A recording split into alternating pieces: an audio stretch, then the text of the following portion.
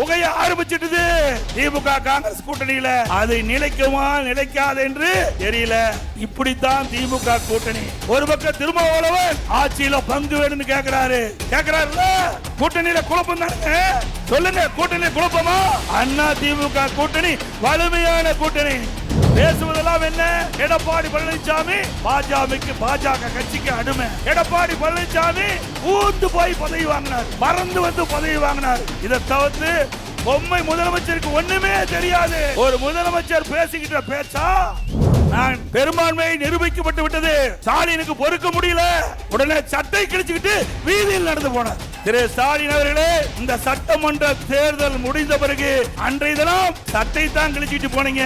சட்டமன்ற தேர்தல் முடிந்த பிறகு சாலையில ஆடை இல்லாம போனாலும் போகக்கூடிய சூழ்நிலை ஏற்பட்டுவிடும். கருணாநிதி அவர்கள் திமுக தலைவர் உடல்நலம் பாதிக்கப்பட்டு வீட்டிலே இருந்தார். திரு ஸ்டாலினை நம்பி திமுக கட்சி பதவி கொடுக்கல. திமுக கட்சியுடைய தலைவர் பதவியை ஸ்டாலினுக்கு கொடுக்கல. ஏன்னா ஒரு பொம்மை ஆளு, திறமை இல்லாத ஆளு கொடுத்த என்ன பிரயோஜனம் என்று செயல் தலைவரை கொடுத்தார். உங்க அப்பாவே உன்னை நம்பி தலைவரை கொடுக்கல.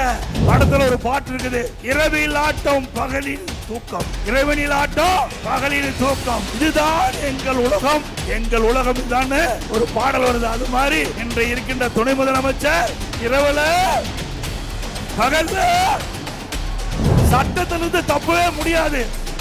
ஊழல் செஞ்சவங்க முடியாது, உப்ப தின்றவங்க தண்ணி குடிச்சே ஆக வேண்டும்.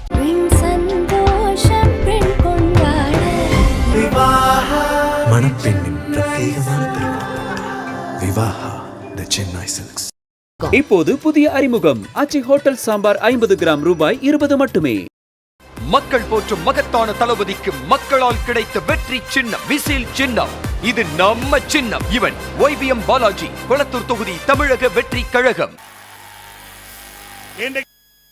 வேண்டும் இன்றைக்கு திரு ஸ்டாலின் அவர்களே, உங்களுடைய இளமை காலத்தில் அவருக்கு தமிழகத்தில் என்ன பெயர் இருந்தது நாடு அறியும்.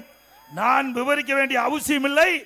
இது எப்படியெல்லாம் அவர் இளம் வயதிலே சேட்டை பண்ணார் நாட்டுக்கே தெரியும்.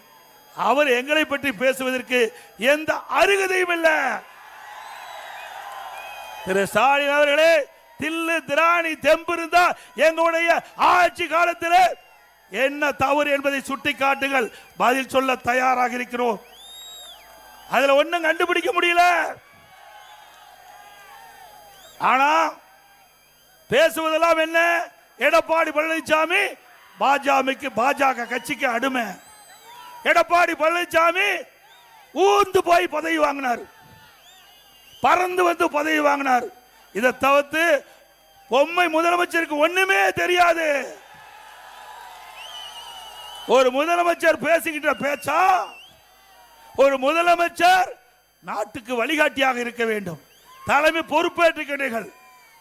நீங்கள் பேசுகின்ற ஒவ்வொரு வார்த்தையும் மக்கள் கவனித்துக் கொண்டிருக்கின்றார்கள். திரு ஸ்டாலின் அவர்களே, சிந்தித்து பார்க்க வேண்டும். மாண்புமிகு அம்மா அவர்கள் ஆட்சி புரிந்தார்கள் 2011 இருந்து. துரதிருஷ்டவசமாக அம்மா மறைந்து விட்டார்கள். என்னென்னலாம் நாடகத்தை அரங்கேற்றினீங்க, சாதாரண விஷயமா?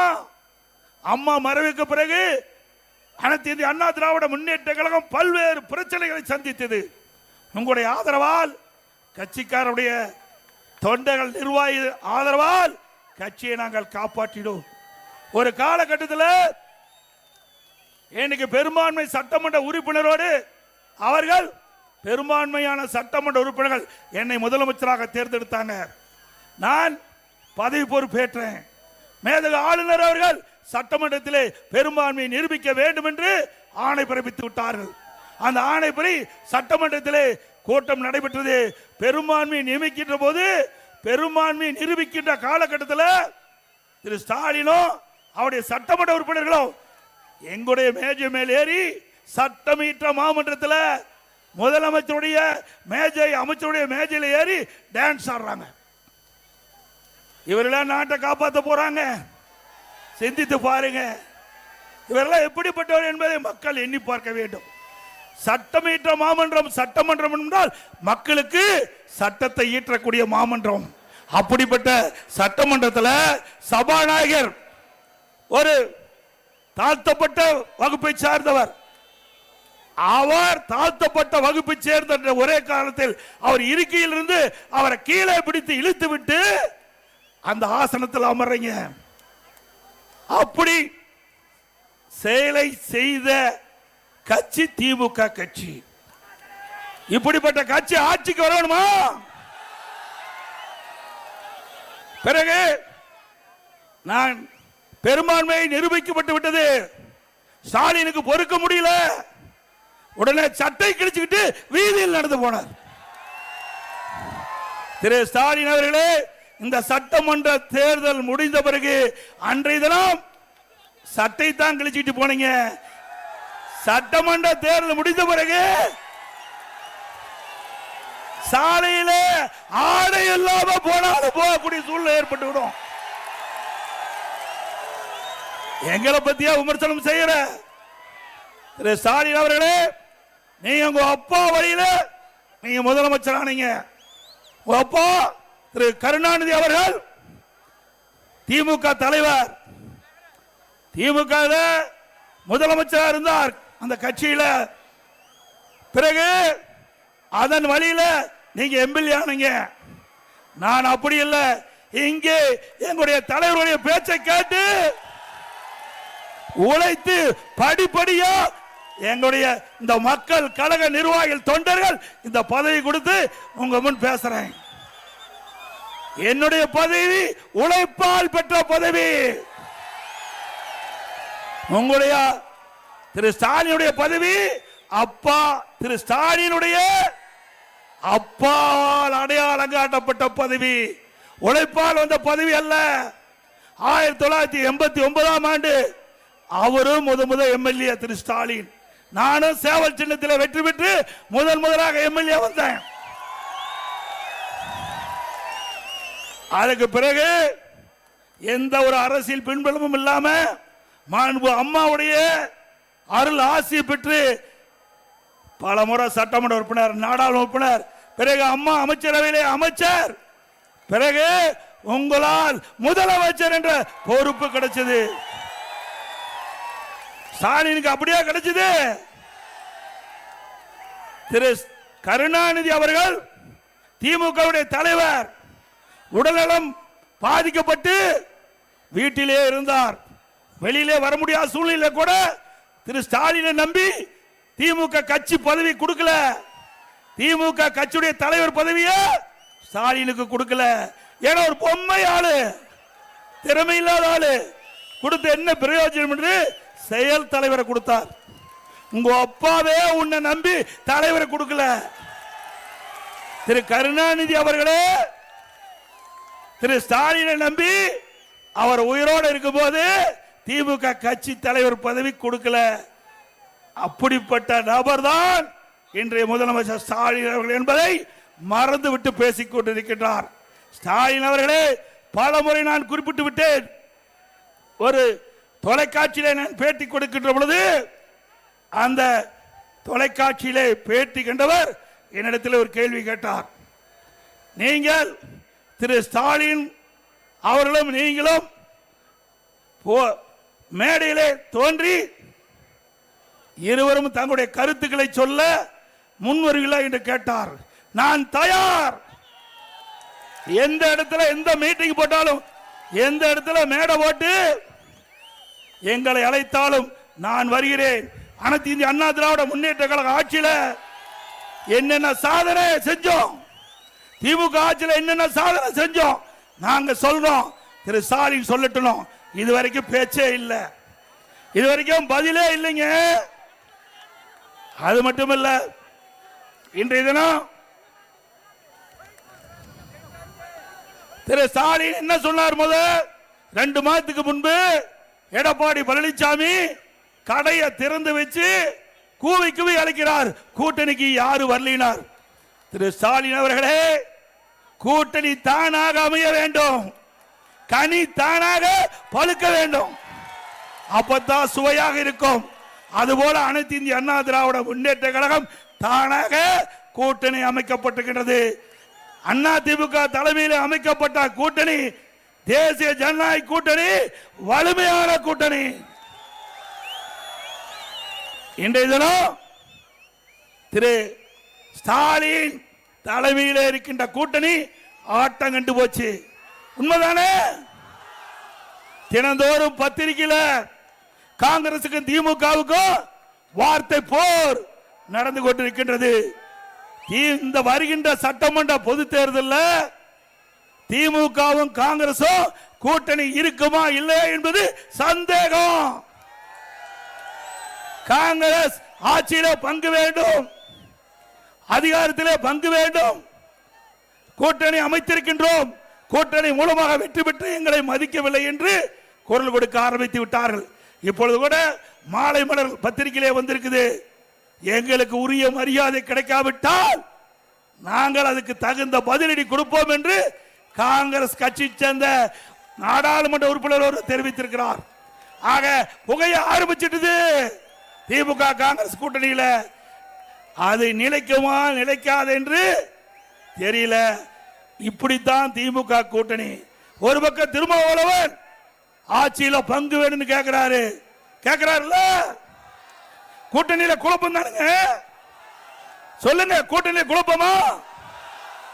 அண்ணா திமுக கூட்டணி வலிமையான கூட்டணி. பாரத பிரதமர் திரு நரேந்திர மோடி அவர்கள் மதுராந்தகத்துக்கு நேரடியா வந்து நம்முடைய தேர்தல் பிரச்சார கூட்டத்தில் கலந்து கொண்டு நம்முடைய கூட்டணி கட்சி தலைவர்களும் மேடையிலே தோன்றி சிறப்பாக நம்முடைய கூட்டணி தேர்தல் பிரச்சாரத்தை துவங்கிவிட்டது.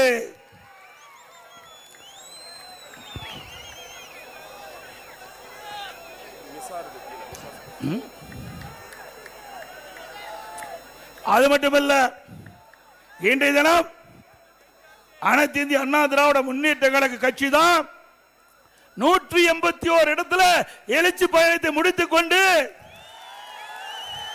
பவானி சாகர் சட்டமன்ற தொகுதியில் 182வது சட்டமன்ற உறுப்பினர் பேசிக் கொண்டிருக்கின்றேன். இதுவரை எந்த கட்சியும் சட்டமன்ற தொகுதி வாரியாக சென்று தேர்தல் பிரச்சாரம் செய்ததில்லை. முதல் அனைத்து இந்திய அண்ணா திராவிட முன்னேற்ற கழகம் தான் 182 சட்டமன்ற தொகுதியிலும் நேரடியாக சென்று மக்களை சந்தித்து மக்களுக்கு தேவையான கருத்துக்களை சொல்லுகின்ற முதல் இடத்தில் இருப்பது அண்ணா திமுக கூட்டணி கட்சிகள். அதோடு சட்ட ஒழுங்கு அடியோடு சீர்கெட்டு விட்டது. எங்க பார்த்தாலும் போதை பொருள் விற்பனை, போதை ஆசாமிகள், அவள் செய்கின்ற அட்டகாசம் கொஞ்சம் நஞ்சம் இல்ல. கொலை கொல்ல திருட்டு வழிப்பறிவி நடக்காத நாளே இல்ல. நடக்குது இல்ல? தினந்தோறும் பத்திரிகை செய்தி அதான வந்துட்டு இருக்குது. முதல்லாம் பாத்தீங்களா செய்தியில பல செய்தி வரும். இப்போ முதல்ல தங்க என்ன விலை, வெள்ளி விலை என்ன அப்படின்னு தான் தொலைக்காட்சியில் செய்தி வரும். இப்போ கொலை நிலவரம் என்ன, போதைப் பொருள் நடமாட்டம் எந்த நிலையில் இருக்குது, அப்படிப்பட்ட நிலவரம் இந்த ஆட்சியில் தான் பார்க்கப்படுகிறது. இப்படிப்பட்ட ஆட்சி தொடர வேண்டுமா? அது மட்டுமல்ல, இன்றைக்கு முதலமைச்சர் பேசுகிறார். நேற்றைய தினம் 14ஆம் தேதி பேசுகிறார். இன்றைக்கு அண்ணா திமுக ஆட்சியிலே பாலியல் வன்கொடுமை நடைபெற்றதாக திரு ஸ்டாலின் அவர்களே, நீங்கள் முதலமைச்சராக தமிழகத்திலே பொறுப்பேற்று 2021 வரை 2025 வரை 2021 முதல் 2025 வரை 6999 சிறுமிகள் பாலியல் வன்கொடுமைக்கு ஆளாயிருக்கிறாங்க. 6999 சிறுமிகள் பாலியல் வன்கொடுமைக்கு ஆகியிருக்கிறாங்க. எப்பொழுது பார்த்தாலும் ஸ்டாலின் பேசுகிறார் அப்பா என்று சொன்னால் மகிழ்ச்சி என்று.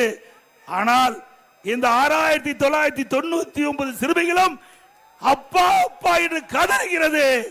உங்கள் காதில் விழவில்லையா? ஆக இந்த ஆட்சி ஒரு மோசமான ஆட்சி என்பதற்கு இதுவே ஒரு உதாரணம். அது மட்டுமல்ல, பெண்களுக்கு பாதுகாப்பு இல்ல, பாட்டிமார்களுக்கு கூட பாதுகாப்பு இல்ல. இப்படிப்பட்ட கேவலமான ஆட்சி தொடர வேண்டுமா? சிந்திச்சு பாருங்க. இன்றைக்கு இதை கட்டுப்படுத்தக்கூடியவர்கள் சட்ட ஒழுங்கு நிரந்தர டிஜிபி வேணும். சட்ட ஒழுங்கு நிரந்தர டிஜிபி இதுவரைக்கும் இந்த அரசாங்கம் நியமிக்க முடியல. ஒரு டிஜிபி ஓய்வு பெறுவது என்றால் அதற்கு 3 மாதத்துக்கு முன்பாகவே அரசு தகுதியான டிஜிபிகளை மத்தியில் இருக்கிற யூபிஎஸ்சிக்கு அனுப்பி அதுல யூபிஎஸ்சி அதுல 3 பேர் தகுதியானவர்களை தேர்வு செய்து மாநில அரசுக்கு அனுப்பி அதில் 3இல் ஒருவரை தேர்ந்தெடுத்து சட்ட ஒழுங்கு நிரந்தர டிஜிபி நியமிப்பது முறை. இன்றைக்கு மத்திய அரசாங்கம் யூபிஎஸ்சி 3 பேரை தேர்வு செஞ்சு மாநில அரசுக்கு அனுப்பிச்சாச்சு. இதுவரை மாநில அரசு டிஜிபி நினைக்கிற நிரந்தர டிஜிபியை சட்ட ஒழுங்கு நிரந்தர டிஜிபியை நியமிக்கல. நீதிமன்றம் வரைக்கும் போயிருக்குது. இப்படிப்பட்ட ஒரு கேவலமான ஆட்சி, திறமையற்ற முதலமைச்சர் நாட்டை ஆண்டு கொண்டிருக்கிறாங்களா? நாட்டை ஆண்டு கொண்டிருக்கிற காரணத்தினால சட்ட ஒழுங்கு சந்தி சிரிக்குது. பொதுமக்களுக்கு பாதுகாப்பு இல்ல, காவல் பணிபுரிகின்ற காவலருக்கே பாதுகாப்பு இல்ல. நீங்க எல்லா தொலைக்காட்சியிலையும் பார்த்திருப்பீங்க, எகிரி எகிரி அடிக்கிறாங்க கஞ்சா போதைக்கார காவல்துறை அதிகாரியில. இப்படிப்பட்ட ஒரு மோசமான ஆட்சிக்கு முற்றுப்புள்ளி வைக்கின்ற தேர்தல் 2021 சட்டமன்ற பொது தேர்தல். இந்த ஆட்சியில டாஸ்மாக் ஊழல், ஒரு பாட்டிலுக்கு 10 ரூபா. யார் வாங்கினா? செந்தில் பாலாஜி. அவர் அமைச்சராக இருக்கும்போது ஒரு பாட்டிலுக்கு 10 ரூபா வாங்கினார். தமிழ்நாட்டில் சுமார் 6000 மதுக்கடைகள் இருக்குது, டாஸ்மாக் கடை. ஒரு நாளைக்கு 1.5 கோடி பாட்டில் விற்குது. ஒரு பாட்டிலுக்கு 10 ரூபாய்னா ஒரு நாளைக்கு 15 கோடி ஏழைகள் சுரண்டுனாங்க. இந்த பணம் பூரா மேலிடத்துக்கு போதுங்கிறாங்க. மாசத்துக்கு 450 கோடி, கிட்டத்தட்ட ஒரு வருடத்துக்கு 5400 கோடி இந்த டாஸ்மாக் மூலம் இன்றைக்கு முறைகேடு நடந்திருக்குது. இந்த 4.5 ஆண்டுல சுமார் 23,000 கோடி டாஸ்மாக்ல ஊழல் செஞ்சிருக்கிறாங்க.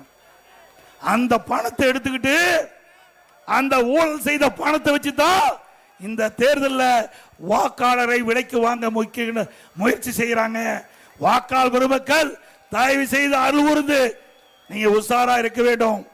கொள்ளையடித்த பணத்தை வைத்துக் கொண்டு மக்களை சந்திக்க இருக்கிறாங்க. நாங்கள் திட்டங்களை கொடுத்து மக்களை சந்திக்கிறோம். அண்ணா திமுக ஆட்சியில் என்னென்ன சாதனை செய்தோம் என்று சொல்லி கூட சந்திக்கிறோம்.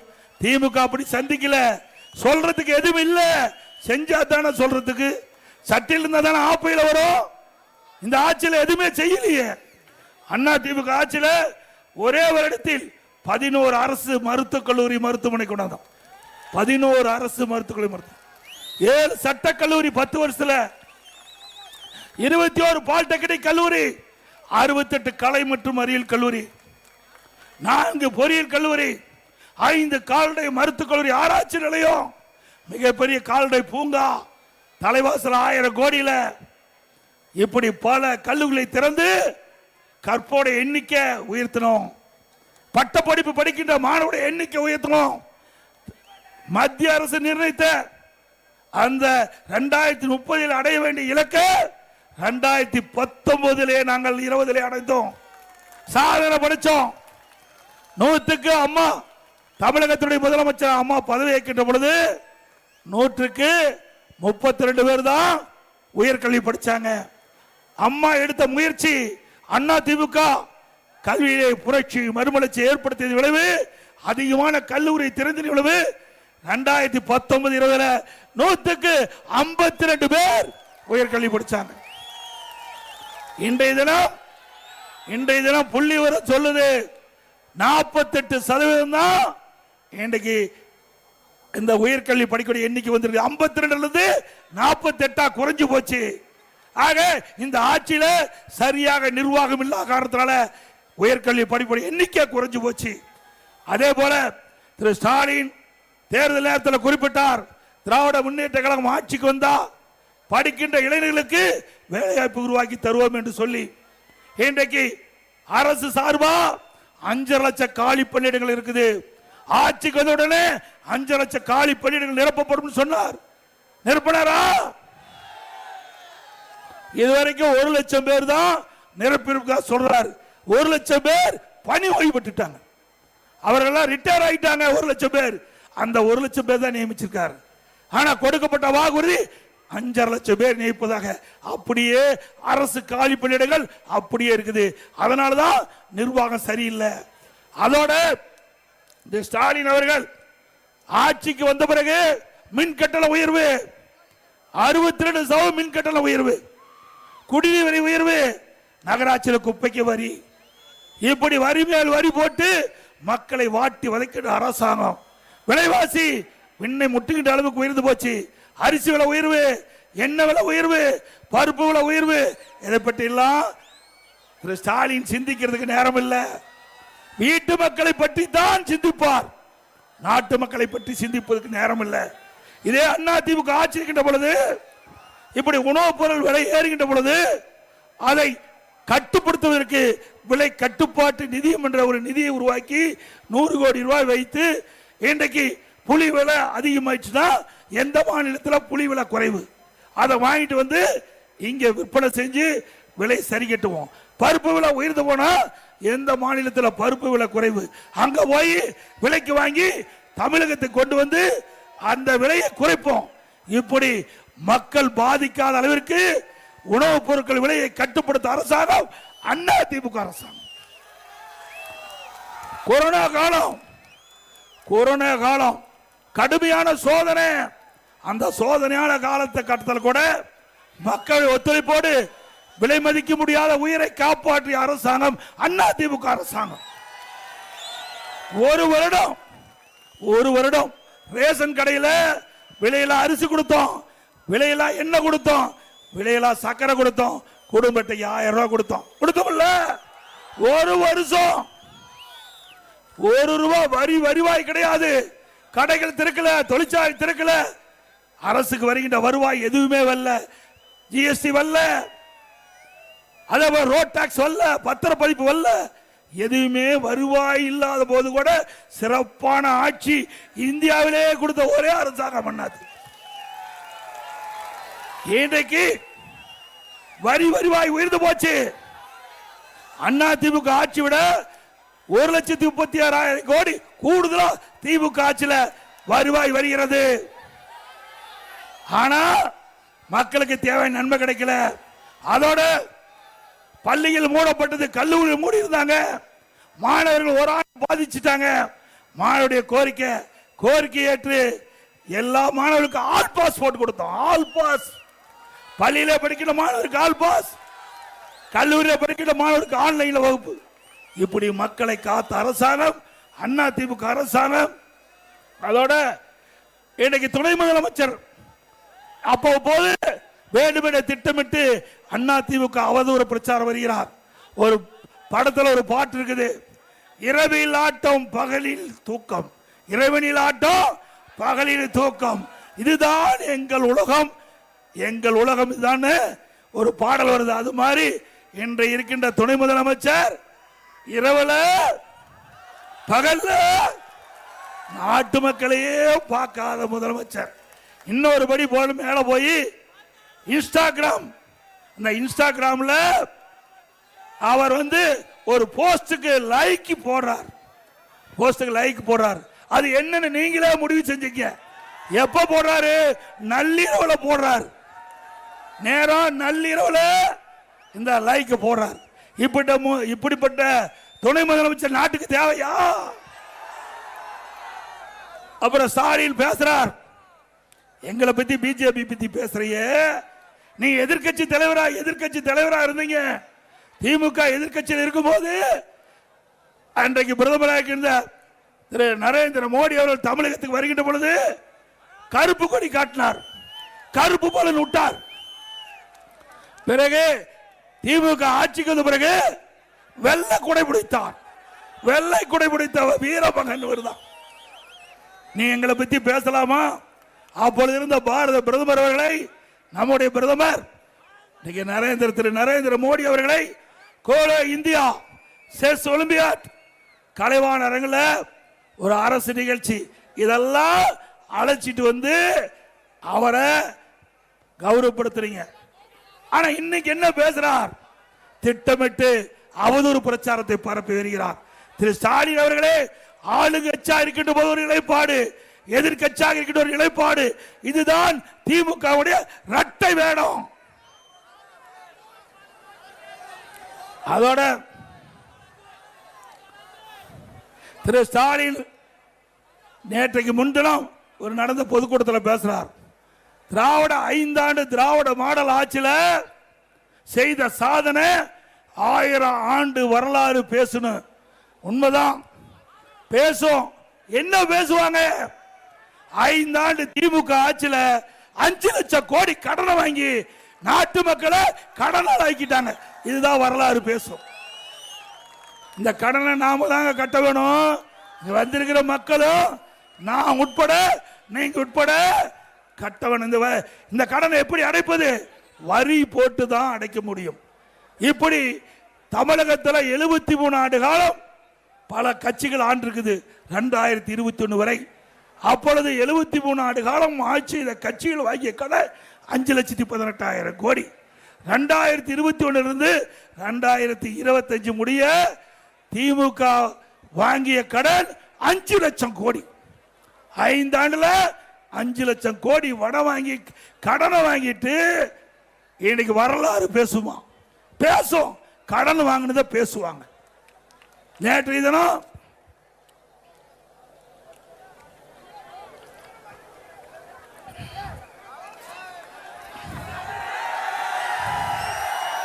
கோபிக்கு மட்டுமில்ல நாட்டுக்கே விடுதலை.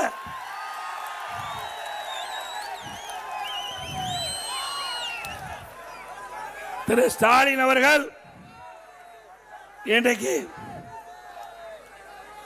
ஆட்சி பொறுப்பேற்கிறதுக்கு முந்தி பல ஊழல்கள், கொஞ்ச நஞ்ச ஊழல் இல்ல.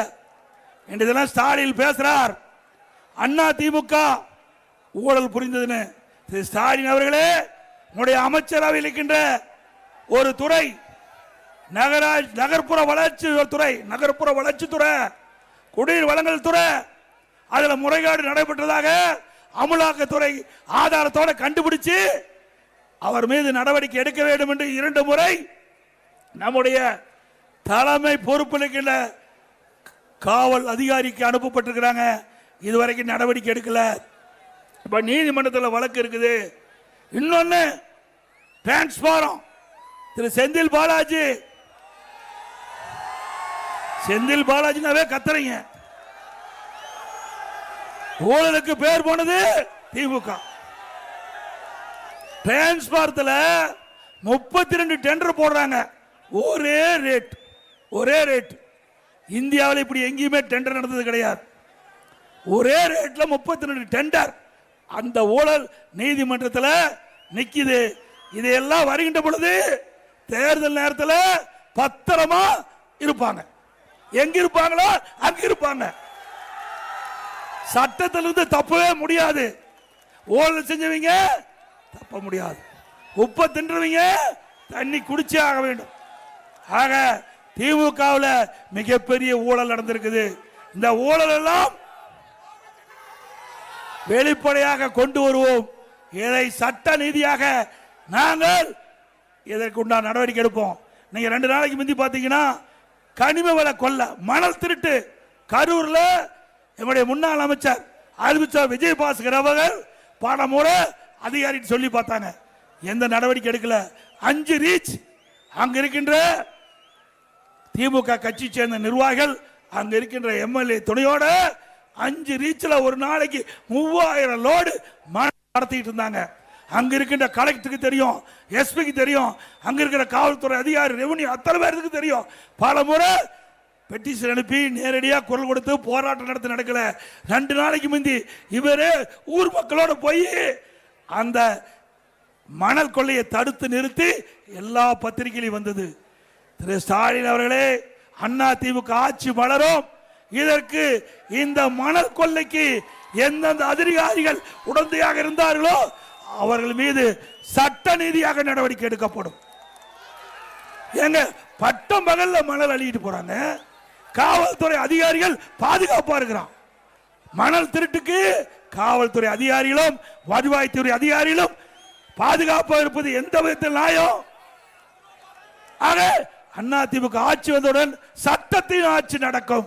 அப்பொழுது இந்த ஊழல் செய்தவர்கள் அத்தனை பேரும் தண்டிக்கப்படுவார் என்பதை நேரத்தில் தெரிவிக்கிறேன். அதோட திமுக ஆட்சி வந்தவுடனே போராட்டம், விவசாயிகள் போராட்டம், செவிலியர்கள் போராட்டம், தூய்மை பணியாளர்கள் போராட்டம், மருத்துவர்கள் போராட்டம், சத்துணவு அமைப்பாளர்கள் போராட்டம், இப்படி தமிழகம் ஒரு போராட்ட களமா மாறிட்டது. எவ்வளவு மோசமான ஆட்சி தமிழகத்தில் தான் பார்க்கப்படுகிறது. ஆக அனைத்து இந்திய அண்ணா திராவிட முன்னேற்ற கழக ஆட்சி விரைவிலே மலர நீங்கள் அத்தனை பேரும் நல்ல ஆதரவை தர வேண்டும் என்று சொல்லி, அது மட்டும் இல்லைங்க, இன்னைக்கு நாட்டில் பணத்தை திருடுவாங்க, நகையை திருடுவாங்க, ஆனா இந்த ஆட்சியில உடல் உறுப்பை திருடுறாங்க. இங்க வந்திருக்கிற நம்முடைய தொண்டர்கள், பொதுமக்கள் யாராவது திமுக கட்சி, திமுக நிர்வாகிகளோ அல்லது திமுக கட்சி சேர்ந்தவர்கள் மருத்துவமனையில் அவர்கள் கிளினிக் வச்சு நடத்தியிருந்து நீங்க போய் அறுவை சிகிச்சை செஞ்சிருந்தா ஸ்கேன் பண்ணி பார்த்துங்க, உள்ள இருக்கிற உறுப்பு இருக்குதா இல்லையான்னு பார்த்துங்க. திமுக சேர்ந்த சட்டமன்ற உறுப்பினர் அவருடைய மருத்துவமனையில் ஏழைகளுடைய வறுமையை பயன்படுத்தி அவருடைய கிட்னியை முறைகேட எடுத்திருக்கிறாங்க. இத திமுக அரசாங்கமே கண்டுபிடிச்சு இதுவரைக்கும் நடவடிக்கை எடுக்கல. அண்ணா திமுக ஆட்சிகளுடனே இந்த கிட்னி முறைகேட்டில் ஈடுபட்டுகிறவர்களை கண்டிப்பாக சட்டத்தின் முன் நிறுத்தப்பட்டு அவர்களுக்கு தண்டனை பெற்று தரப்படும்.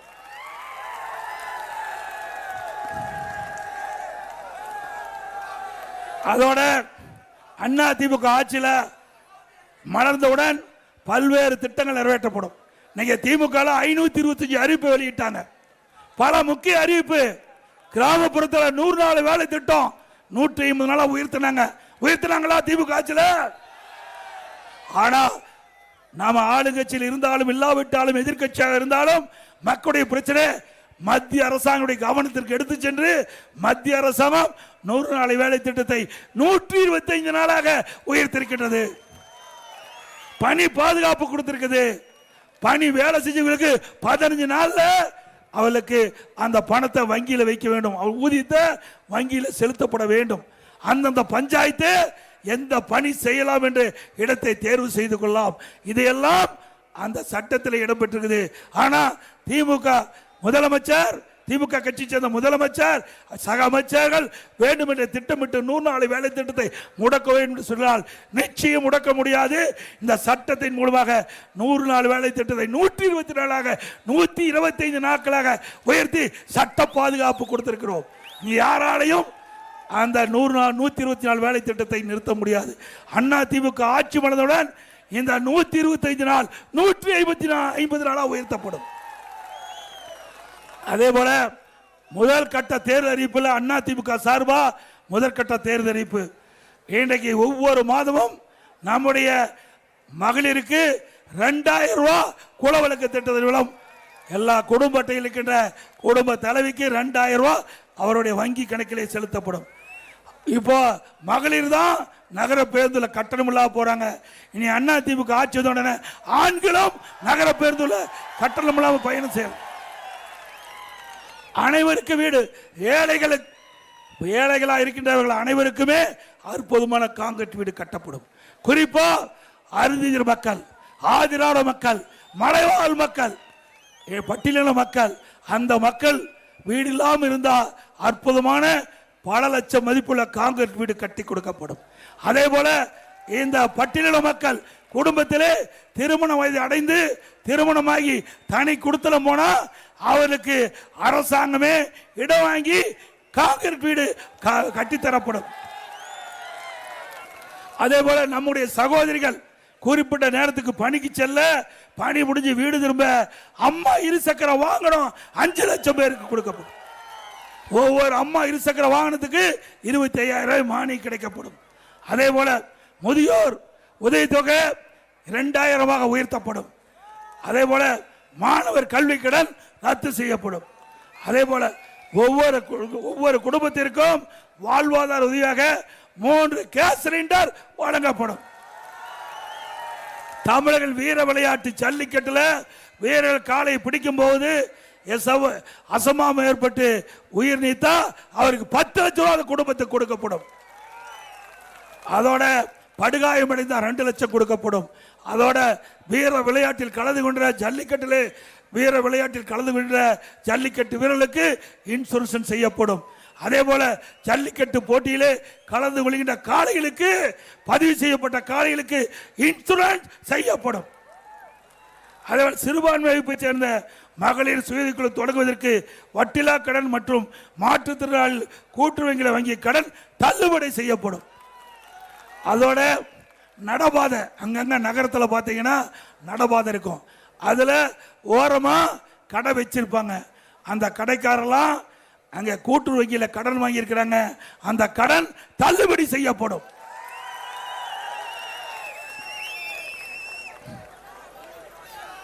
இந்த ஆட்சியில் டிஎன்பிசி தேர்வு நடத்தினாங்க. அந்த டிஎன்பிசி தேர்வுல கூட முறையாக நடத்தப்பட முடியல. ஏன்னா இதுவரைக்கும் தமிழக வரலாறுலயே டிஎன்பிசி தேர்வு அறிவிக்கப்பட்டு ரத்து செஞ்சது கிடையாது. டிஎன்பிசி தேர்வுல சரியா முறையாக செய்யாத காரணத்தில் அந்த தேர்வை ரத்து செய்த ஒரே அரசாங்கம் திமுக அரசாங்கம். இந்த பகுதியில் அத்திக்கடை அவனாசி திட்டத்தை நிறைவேற்றி கொடுத்தது அண்ணா திமுக. விவசாய கோரிக்கை, அத்திக்கடை அவனாசி திட்டம், விடுபட்ட பகுதிகள், விடுபட்ட ஏரிகள், அந்த ஏரிகள்லாம் கணக்கிட்டு அத்திக்கடை அவனாசி திட்டம் 2 செயல்படுத்தப்படும் அண்ணா திமுக ஆட்சி. அது மட்டுமல்ல, குடிமராமத்து திட்டம் இந்த ஆட்சியில் நிறுத்திட்டாங்க. அண்ணா திமுக ஆட்சி கிட்ட பொழுது மழை காலத்தில் பெய்கின்ற நீர் முழுவதும் சேமித்து வைக்கின்ற விதமாக ஏரி குளம் குட்டையெல்லாம் நாங்கள் தூர்வாரி இருந்தோம். அதனால மழை காலத்தில் பெய்கின்ற நீர் முழுவதும் சேமித்து வச்சோம். இந்த ஆட்சியில் அதை ரத்து செஞ்சு விட்டாங்க. மீண்டும் அண்ணா திமுக ஆட்சி வந்த உடனே குடிமராமத்து திட்டம் தொடரும்.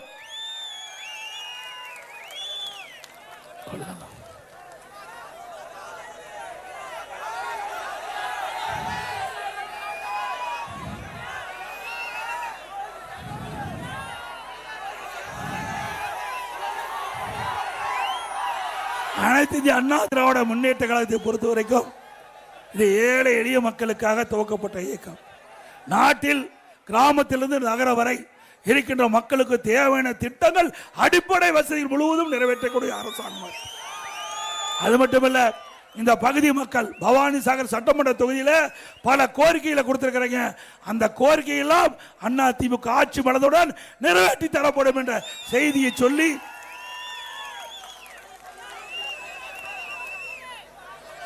இந்த சிறப்பான நிகழ்ச்சியிலே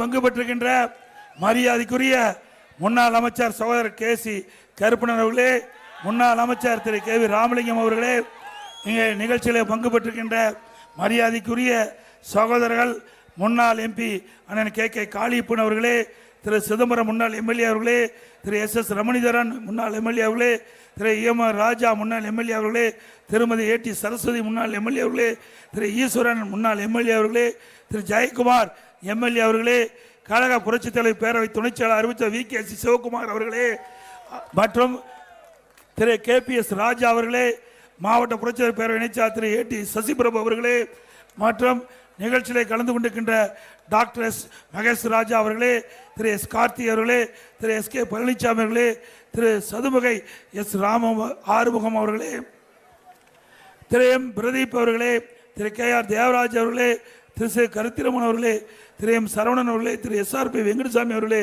திரு AN அருள்முருகன் அவர்களே, திரு OM சுப்பிரமணியம் அவர்களே, திரு KG சதீஷ் அவர்களே, திரு CN மாரப்பன் அவர்களே, திரு KR ரங்கசாமி அவர்களே, திரு S நாச்சிமுத்து அவர்களே, திரு VA பழனிசாமி அவர்களே, திரு DS பழனிசாமி அவர்களே, திரு ஆசனூர் AR சுப்பிரமணியம் அவர்களே, திரு M மாதேஷ் அவர்களே, திரு R சதீஷ் அவர்களே, திரு PN தேவமுத்து அவர்களே, பேரூராட்சி செயலாளர் திரு K செல்வம் அவர்களே, திரு SK நடராஜன் அவர்களே, மற்றும் இன்றைக்கு மாநில பாஜக மாவட்ட தலைவர் திரு SM செந்தில்குமார் அவர்களே, பொதுச்செயலாளர் திரு ஜெயராமன் அவர்களே, பாஜக பொதுச்செயலாளர் திரு S நடராஜன் அவர்களே, மாவட்ட பொதுச் திரு கார்த்திகேயன் அவர்களே, பாரதிய ஜனதா கட்சி திரு உமா கார்த்திகேயன் அவர்களே, அமமுக மாவட்ட திரு சி திருநாக்கரசு அவர்களே, அமமுகவை சேர்ந்த எஸ் சரவணகுமார் அவர்களே, அமமுக சேர்ந்த நகர செயலாளர் திரு என் மூர்த்தி அவர்களே, பாமக மாவட்ட செயலாளர் திரு SK மூர்த்தி அவர்களே, மற்றும் ஷேக் மொய்தீன் அவர்களே, மற்றும் தமிழ் மாநில காங்கிரஸ் கட்சியை சேர்ந்த முன்னாள் எம்எல்ஏ அண்ணன் விடியல் சேகர் அவர்களே,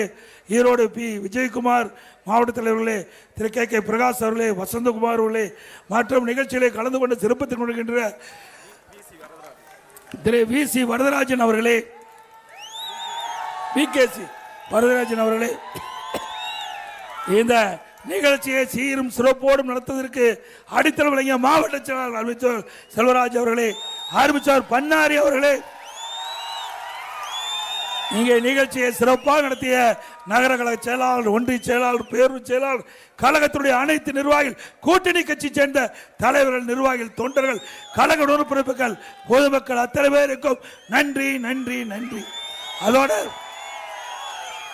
மக்களை காப்போம், தமிழகத்தை மீட்போம், மக்களை தமிழகத்தை மக்களை தமிழகத்தை மக்களை தமிழகத்தை ஸ்டாலின் மாடல் அரசு, ஃபெயிலியர் மாடல் அரசு, பை பை ஸ்டாலின். நன்றி, வணக்கம்.